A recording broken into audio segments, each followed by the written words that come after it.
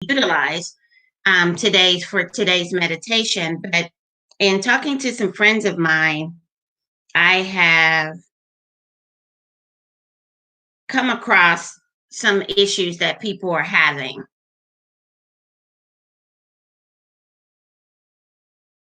And each one of us have issues that we deal with in our life, just on the regular. I was sharing with my daughter earlier today that this is new. There isn't a what do I want to? There isn't a script, so to speak, that informs us how we're supposed to conduct business, how we're supposed to deal with our children, how we're supposed to maintain relationships while we're dealing with this COVID-19 isolation deal. And one of the things that I think is very, very important is for us to realize that the only person that we are really in control of is ourselves.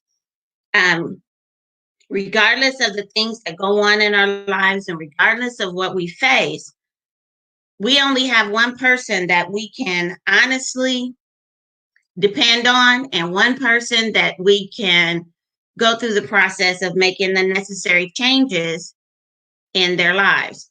And so I think for most of us, we don't consider that. We don't consider what that looks like. Um, we don't think about how that is affecting us or the direction that that might be taking us in our own lives. And so today I'm actually going to be doing a whole series, not a series, but a special show on Friday with one of my friends that is a therapist, and we're going to actually talk about anxiety, dealing with stress and anxiety while we're in isolation. Um,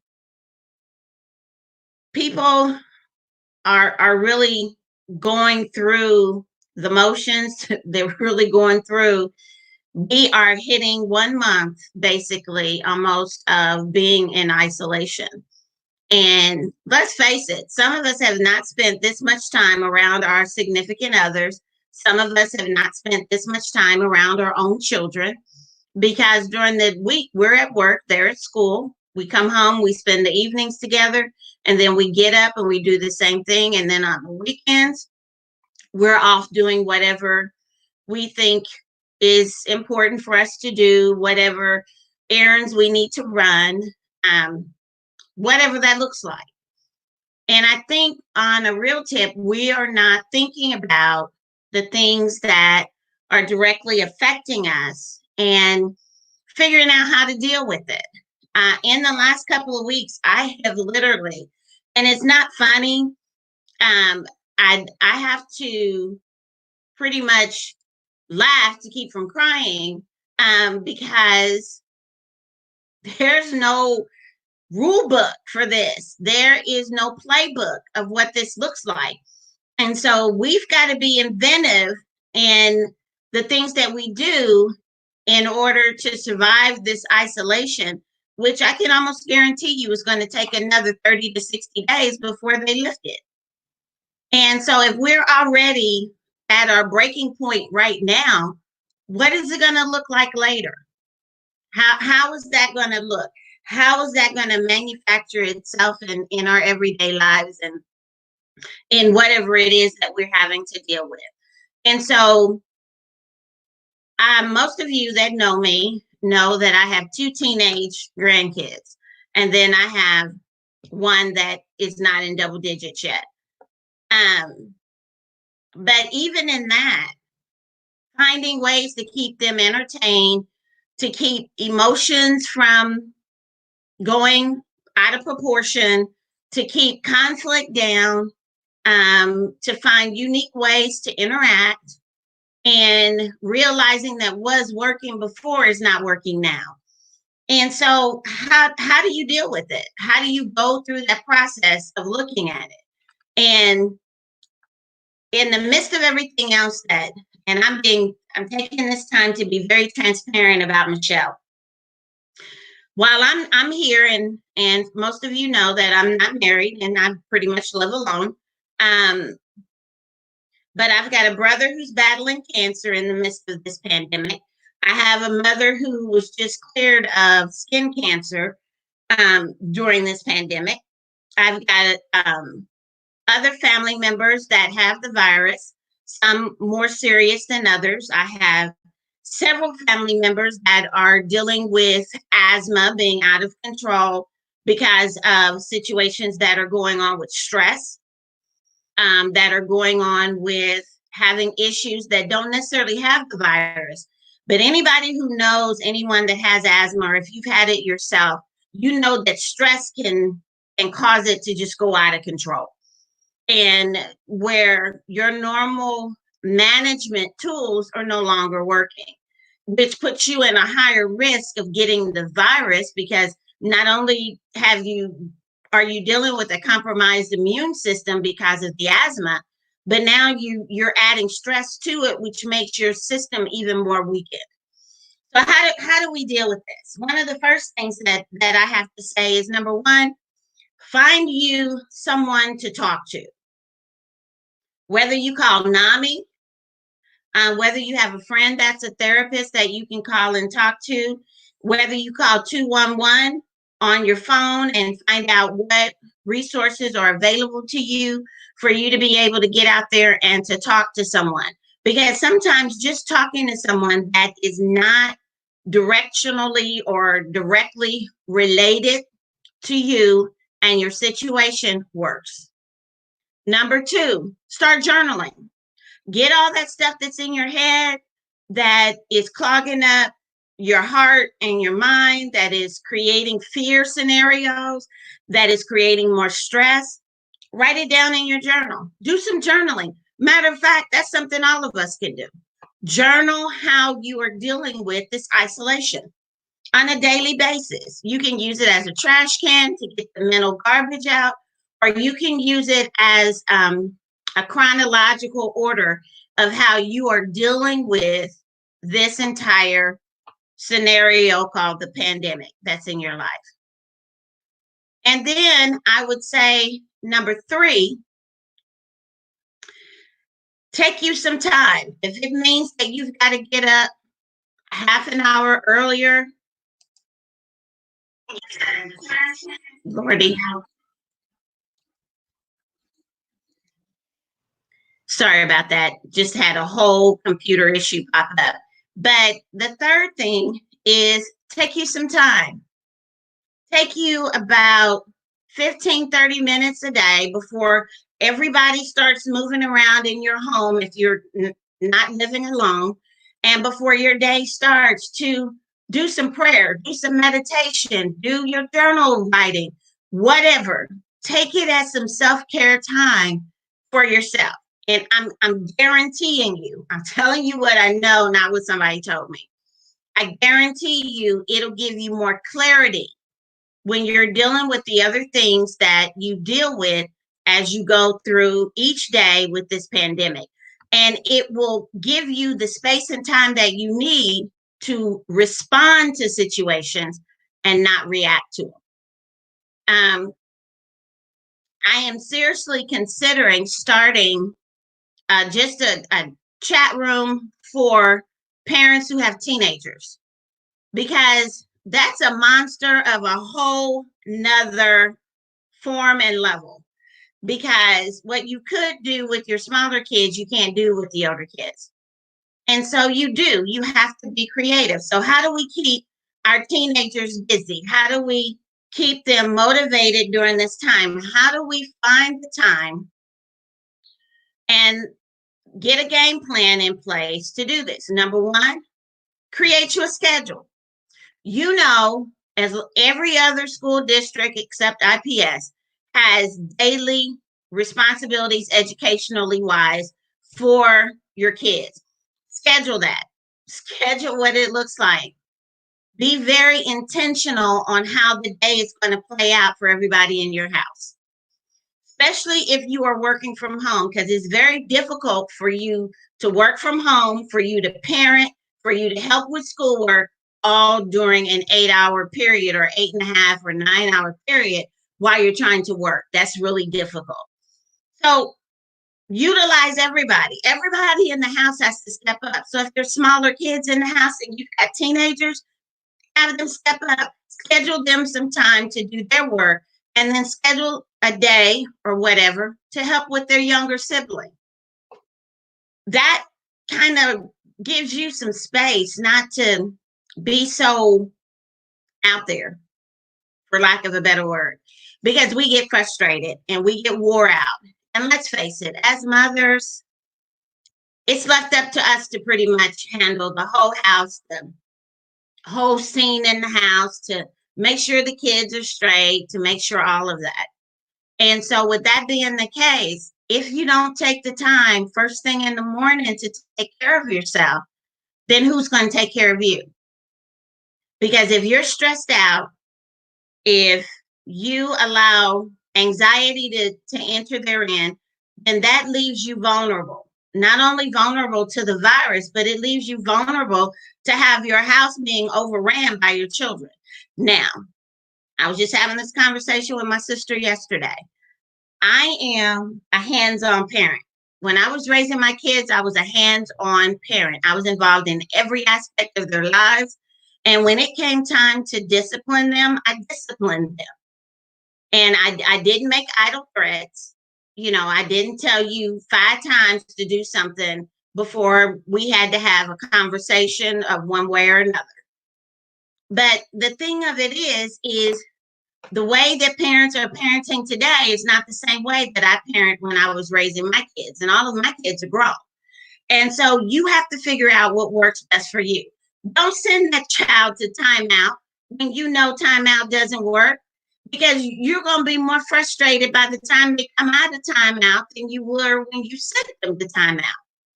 And I had a child, the timeout didn't work. If I gave Christian timeout, he was literally climbing the walls by the time it was time for him to come out.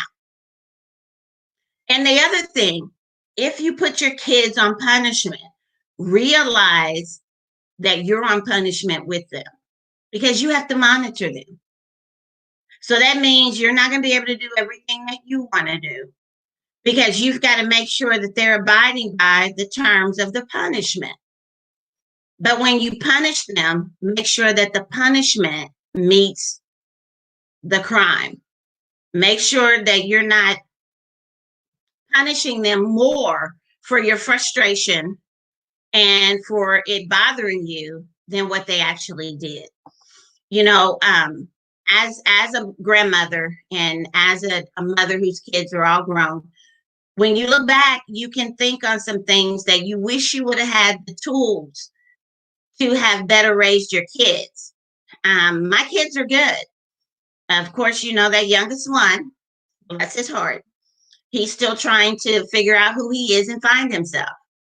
But regardless of what that looks like, we have a responsibility for our own sanity.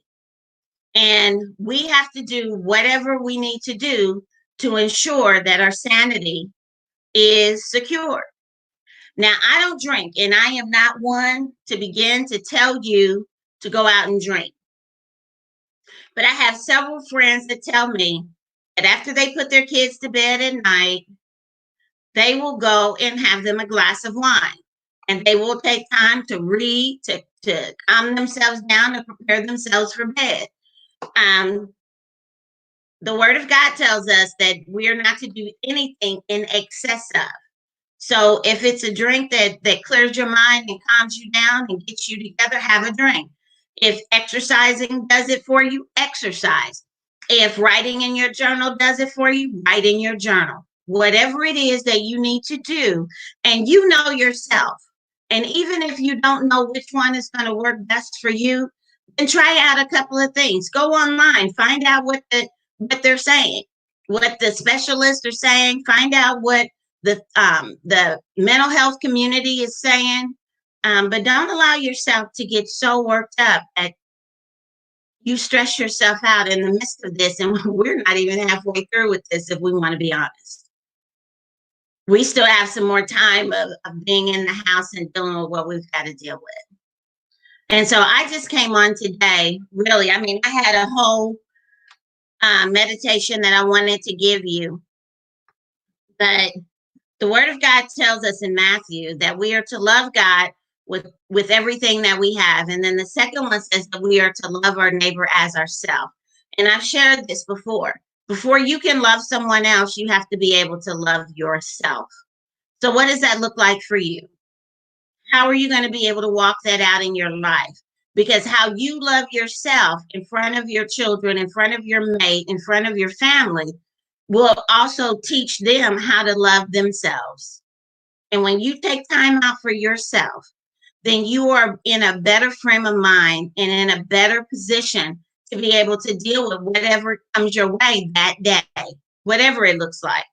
You're in a better position to deal with it because you don't have all this stuff going on in your head and heart that you're just compounding. You're just building on top of it, building on top of it to where you finally blow.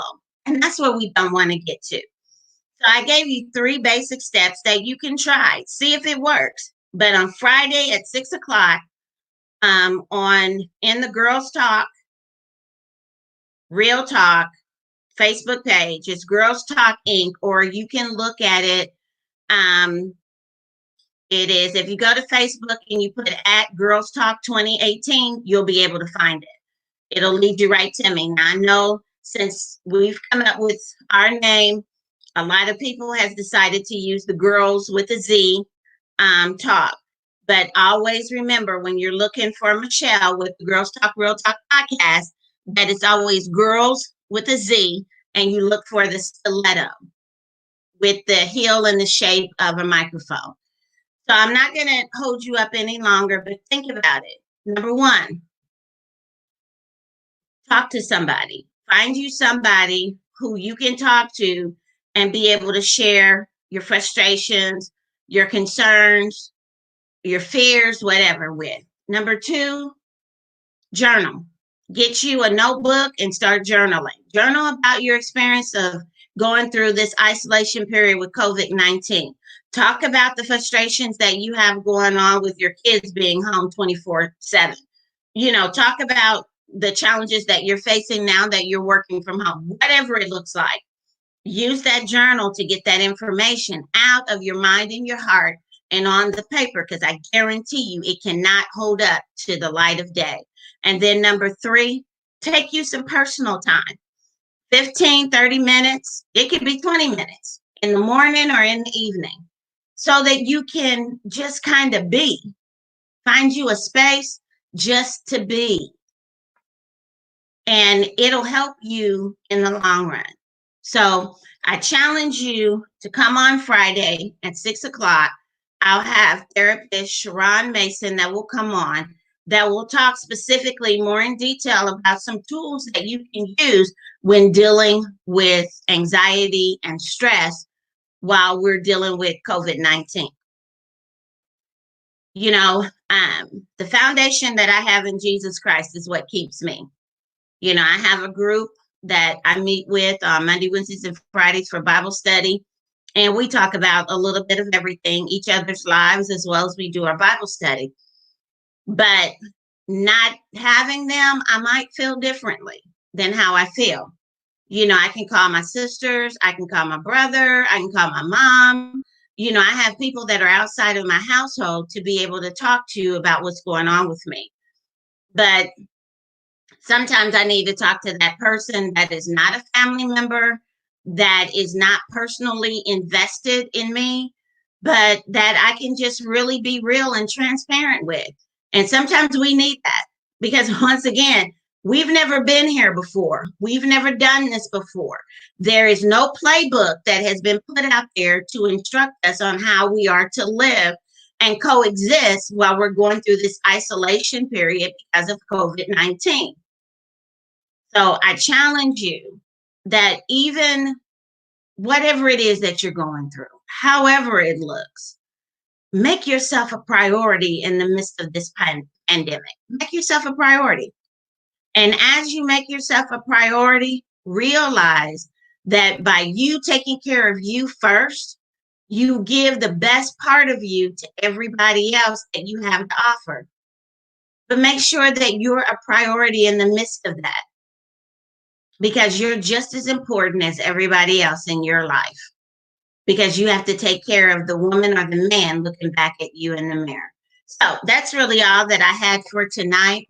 I just really wanted to share that with you and give you a few tools that you can use. And join us on Friday at 6 o'clock on the Girls Talk page, which is www.facebook.com/girls, GIRLZ, talk, TALK 2018. And we will be on there at 6 o'clock on Friday to talk about anxiety, how to deal with anxiety and stress during this isolation with COVID-19. So thanks. You guys be blessed. And also, for those of you that know how to pray, while you're taking that time for yourself, include prayer in there. Include some prayer in there that God will strengthen you, encourage you, inspire you, and enable you to continue moving forward with whatever it is that He has next in your life. So, this is your girl, Michelle, with Monday Meditations with Michelle, and I pray God's blessings upon your life. Bye bye.